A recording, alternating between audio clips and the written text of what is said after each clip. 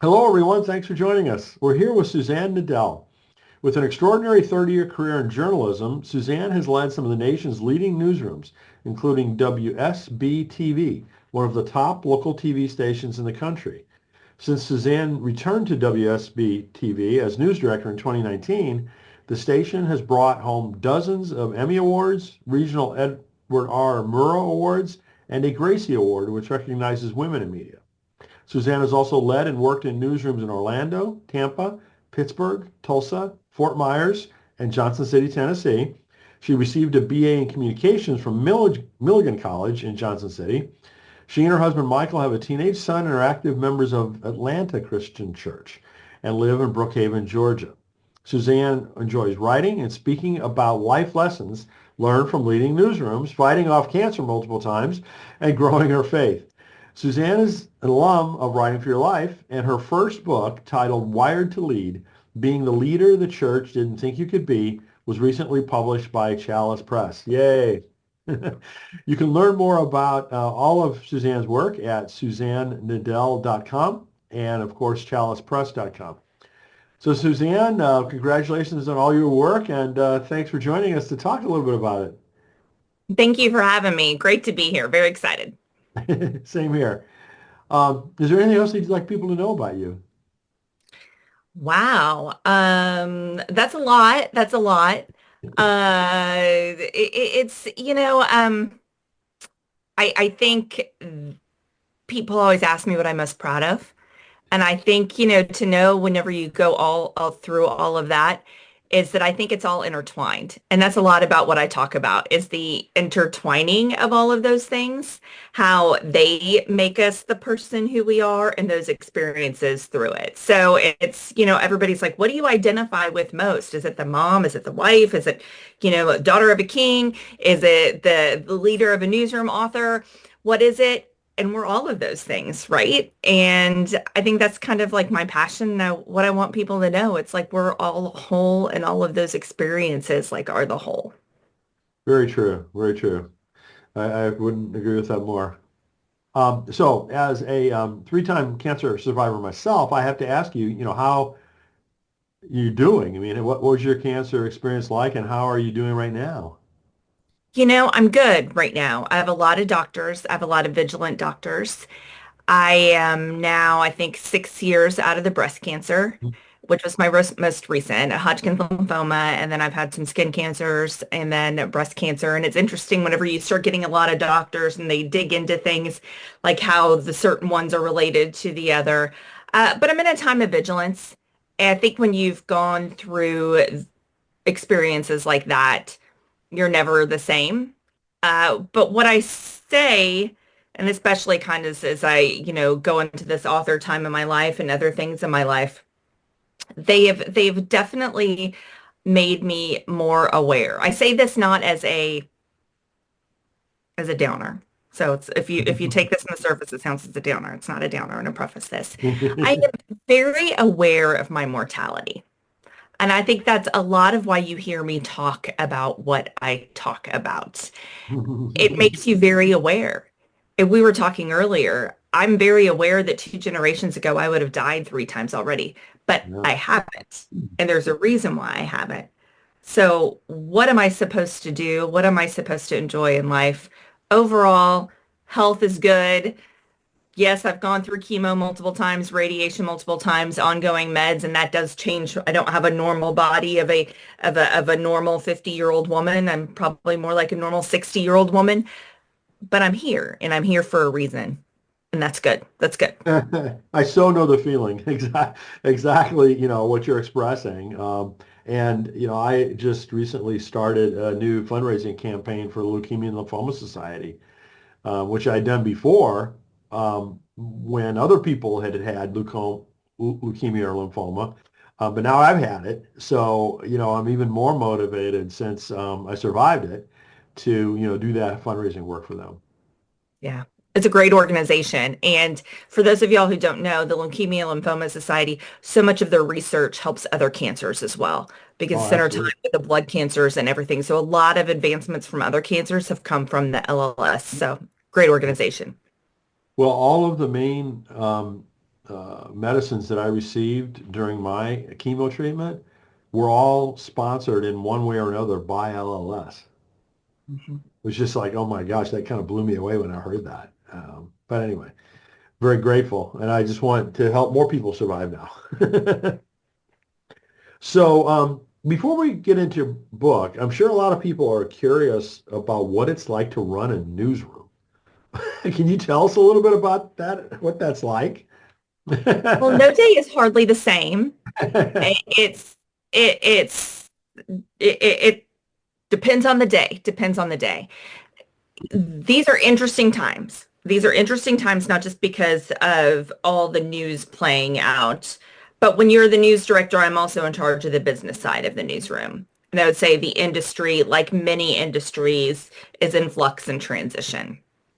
So I will say in the past, I've been a news director for 12 years now, and I luckily worked for a family-owned company Hmm. for the first part of my news director journey, and then we were sold, and we've been owned by a private equity group that's actually been very good to us in the past few years.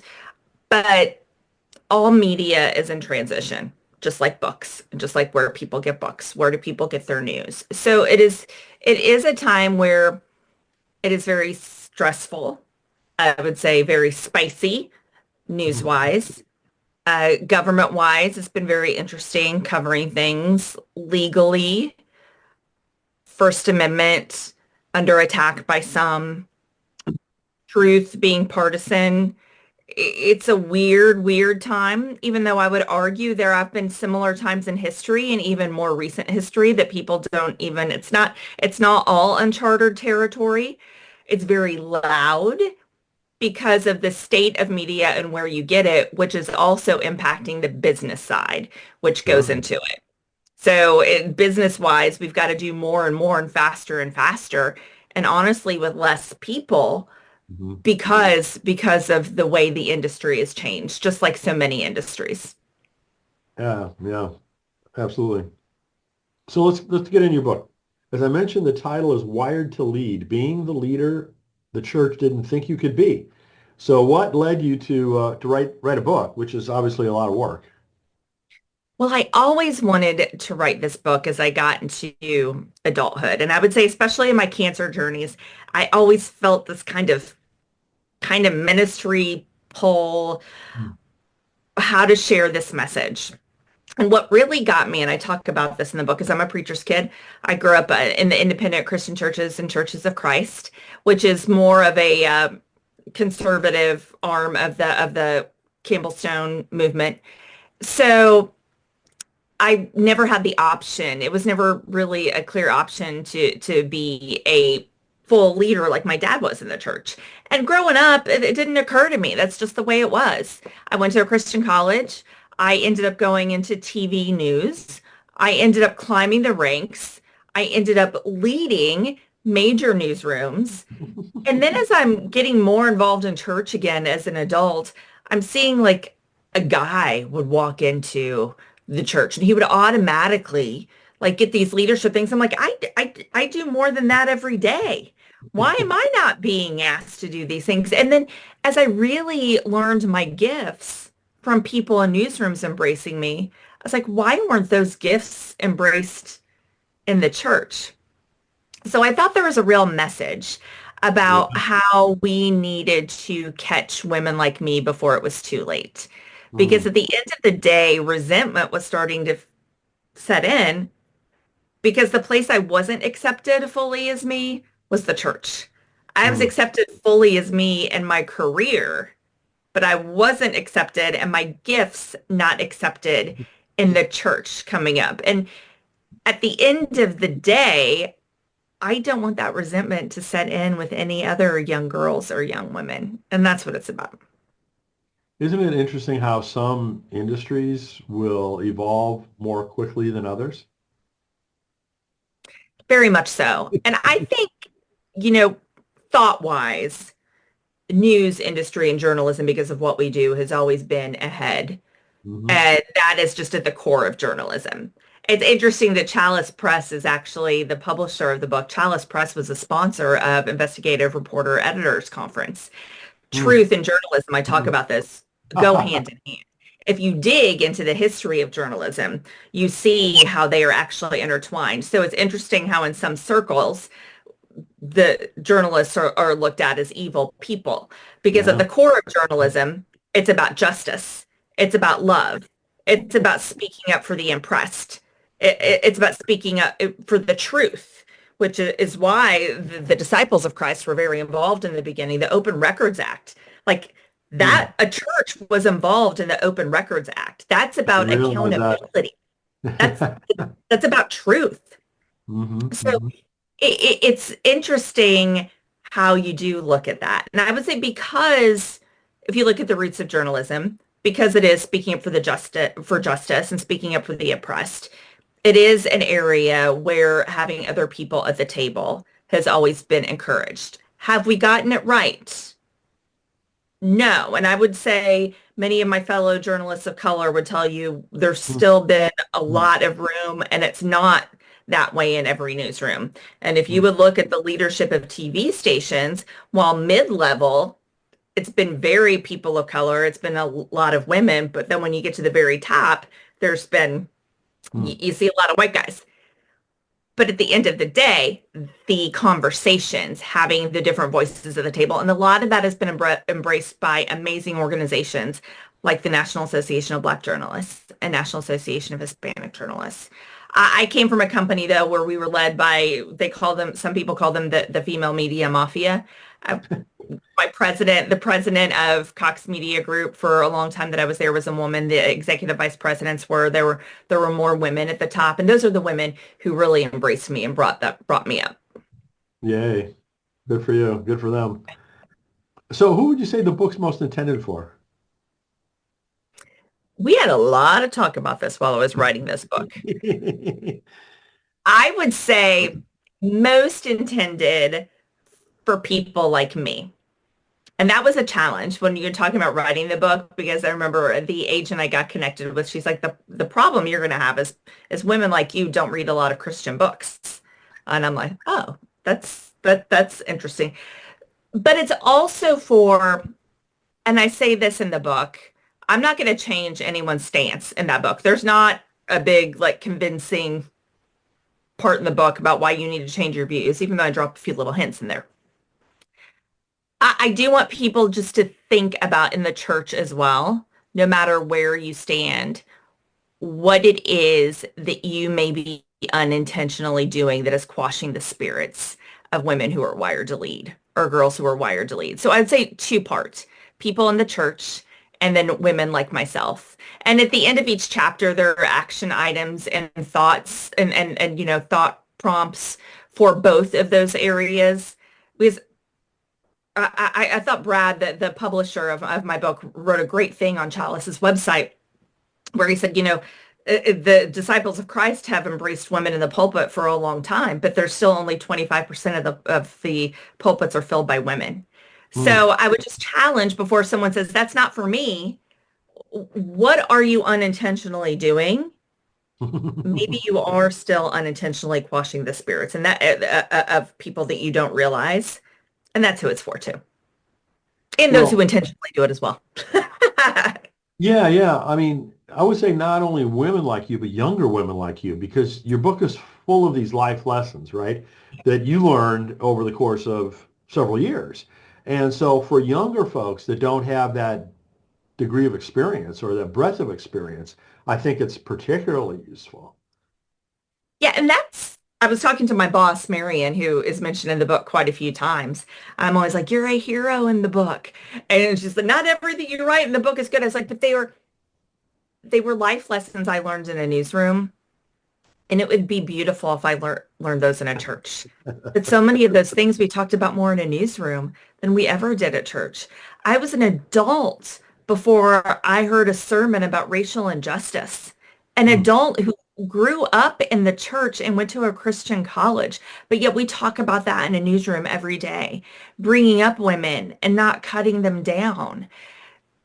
How to speak the truth in love. Like in some ways, I learned that more in a newsroom than I did at church.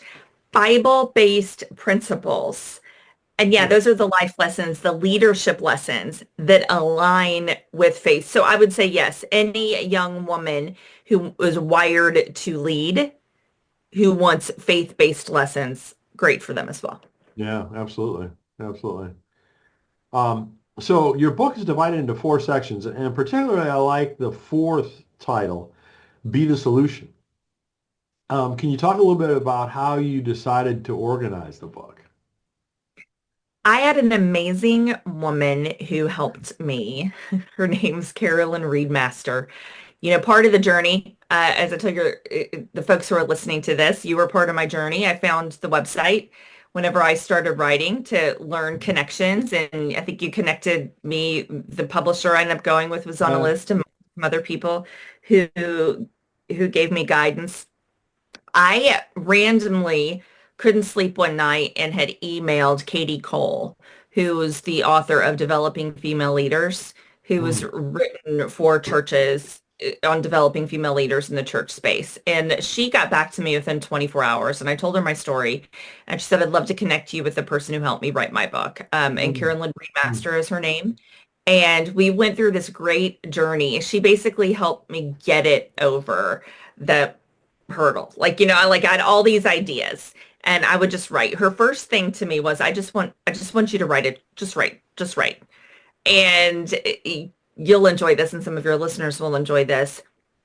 She came back to me and she said, it's very clear that you've been writing an entire career for spoken and not mm, reading mm.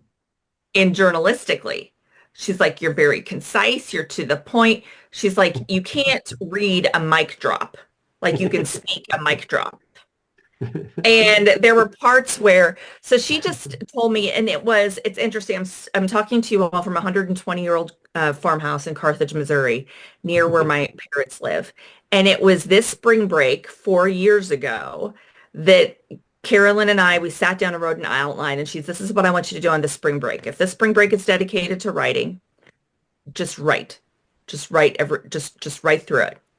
And so it was in this little farmhouse that I just wrote. And then we would go back and forth, and she would be like, okay, expand on this. Mm, Okay, you mm, can have an opinion here. Tell a story here. And she said, Suzanne, within a few months, just because I was naturally knew how to like boil it all down, she just helped me expand on it. mm, mm. As far as the order, it went back and forth quite a bit too, because after then all that expanding, I had to cut down a little bit.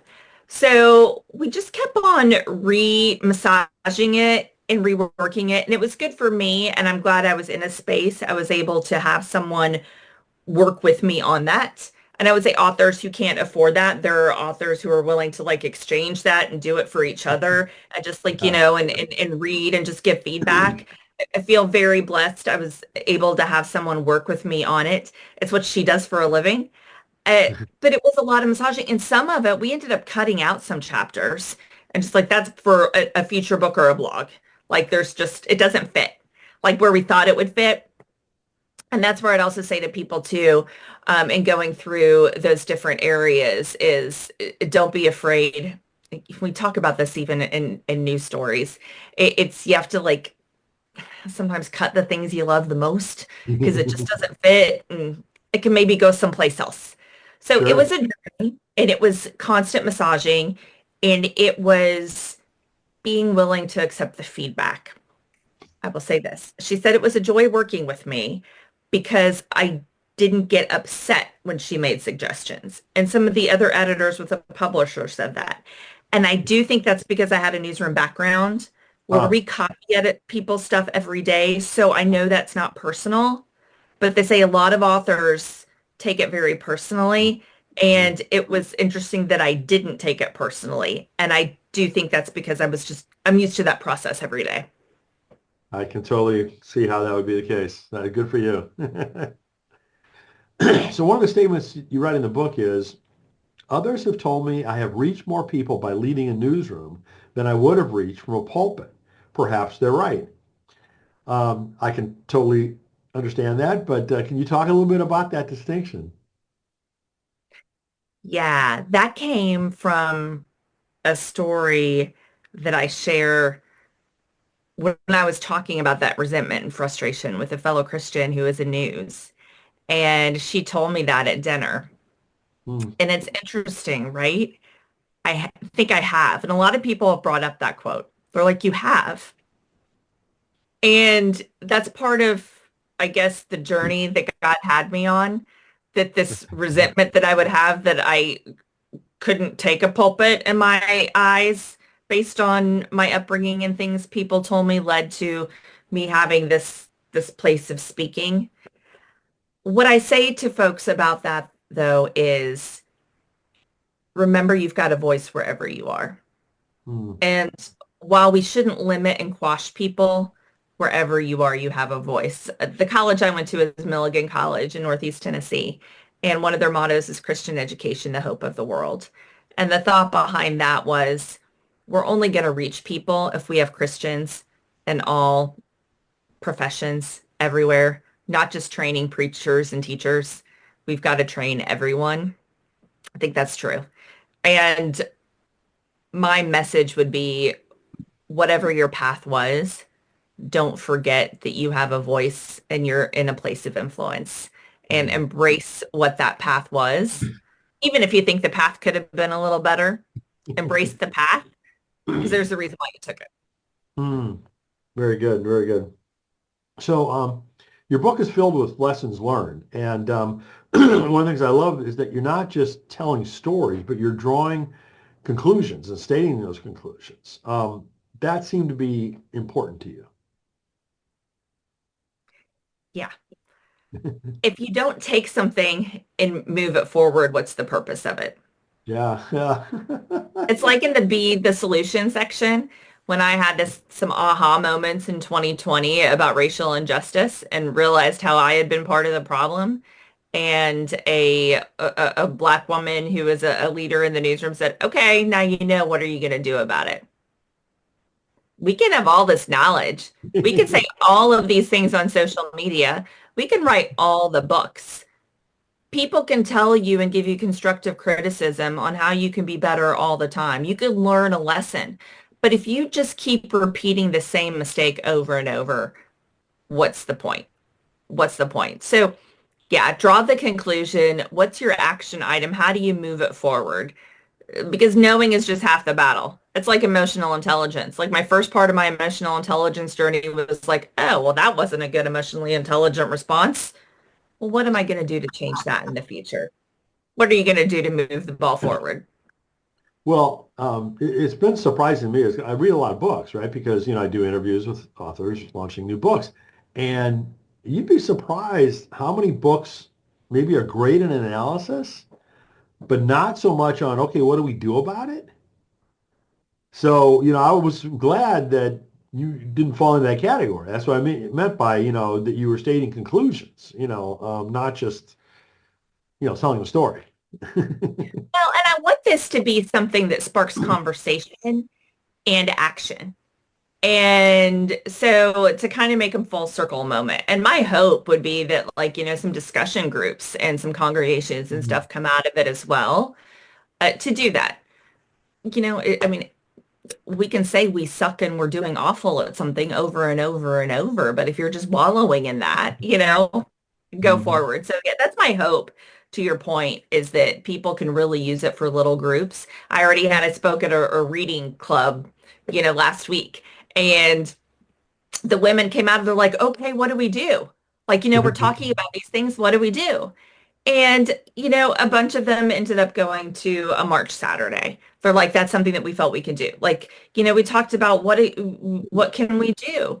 Well, as women who want to make a difference, show up at the polls. Like, that's something you can do for your local elections. People are so talking about peer, but you know what? It starts your local Yeah. is want to talk about books. You want to talk about what's happening to books in schools, that's your school board election. And if you're upset about that and you're not showing up to vote for your school board, you're not doing something that you could do. So Mhm. it's the action with a conclusion. I agree. So the title of one of your chapters is Speak the Truth in Love. So speaking of the truth in journalism, it couldn't be more important, I don't think, than it is today, but difficult as well. Can you tell us about the pressures a newsroom faces in that regard? It is because sometimes if you speak the truth, it's viewed as being partisan and even like historical facts. And you've got 50% of the country who views things one way and 50%, it's a divided country. And we have Mhm. that conversation all the time because we have to realize it is a very divided country and people view things differently. And balance is very difficult when you're talking about truth and everything as well. So sometimes, and I would say this is in all things in life and everything too, it, it, it's it's determining how to tell the truth, how to tell the side, sometimes even who's saying it and how. Like, okay, so if this fact is going to be viewed as polarizing, maybe it's we make sure an expert or somebody who is a professor or someone like that, making sure we're laying it out. I have a great political reporter. He is so into balance, to the second in balance and making sure we're there. But I'm talking in roundabout ways because it is a struggle and deep conversation on every single story. I mean, I'm in Georgia. I was leading the newsroom that was talked about between Secretary Brad Raffensperger and President Trump about we were the station that did the video that showed that there was no exchange of Mm, ballots in mm, Fulton County. And mm. it's been crazy town for 5 years navigating all levels of it. And it's our job to do our due diligence and do there. But again, I'm talking in circles because there's no cut and dry answer. Oh, no, It's deep absolutely. information every story. Yeah, Yeah, yeah. No, it's hard. I totally can see that. Yeah, The tough, you're in a tough position. I mean, and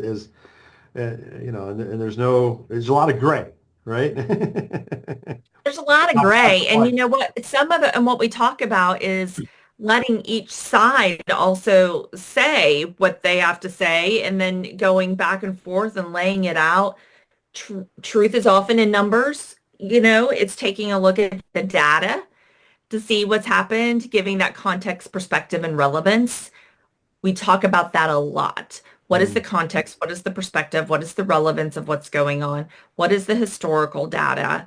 Where is it you can see? And again, it's just telling their stories as well. And that's just at the heart of journalism. And you cut through so much of letting people just tell their stories. At the end of the day, as journalists, if we do a good job of showing what's really going on, a lot will uncover itself. And it's telling those stories of what's really going on. And that touches hearts. Mm. So what would you most like people to take away from your book? That God made you the way you are for a reason. And we need to remember that God made people the way they are for a reason. And if somebody was wired to lead and God wired them to lead, we should embrace them on how they're wired to lead, no matter what their gender is, no matter who they are. God made them that way for a reason. And who are we to decide what they can and can't do? How can we support them? And that we need to do better, church, because when we don't do that and other things, especially now more than ever, people will find someone else to embrace them. Mhm, And that's mhm. sad. That's sad that you can feel more embraced in how you are outside the church than within the church. Yeah, And good. that's where we can do better. Yeah, totally agree. Totally agree. So, as you know, we have quite a few new authors, aspiring authors in our audience. What would you offer them for advice for someone writing the first book? Reach out to all the resources that are out there. And Brian, again, you were amazing. Again, I think I find it no coincidence that I'm talking to you 4 years ago And then 3 years ago on that, after I wrote it, I think that's when I got plugged in because I got plugged into Yeah. you after I wrote it. Yeah. So it was then the whole marketing thing and how do you figure all that out? And I'd signed up for one of your courses and I actually listened to it in the kitchen connected to this room right now that I'm in. So yeah, listen.